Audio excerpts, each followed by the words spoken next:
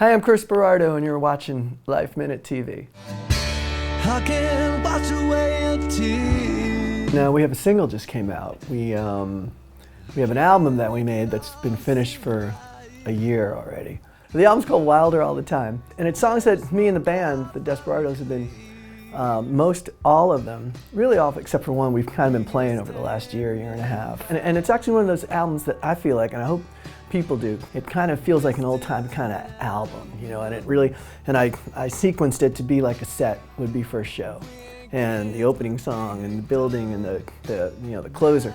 And we felt like it had a real thread like that and had a nice, vibe, so we didn't want to mess with that. We felt like it was just a real kind of old-timey album.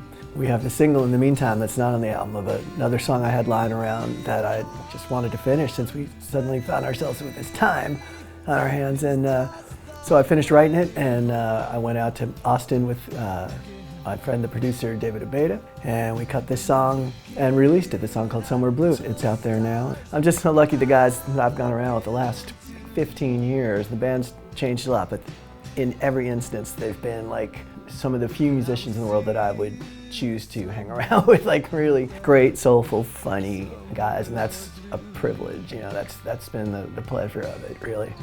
Like, I played football in high school and just had kind of a more normal high school experience, except that on the sly, when nobody was looking, I had an older guy who was 2 years older than me, my best friend and my neighbor, Kenny Krasny. And I'd go down to his house, and 2 years older, so he knew stuff. And I'd go down to his house, and he had a band, he was putting a band together, and I'd go there at night and just think like, I gotta get in on this somehow. So I lived in LA years ago, and I moved back, and I was kind of thinking of what to do next. It's kind of one of those crossroads, and my brother, Mark Douglas, he was just starting then because he's younger than me. And one time in our kitchen, my mom said, well, you should have a band with your brother, and you should call it the DesBerados. And I said, Mom, I'm not having a band with my brother, then we're not calling it the DesBerados, okay?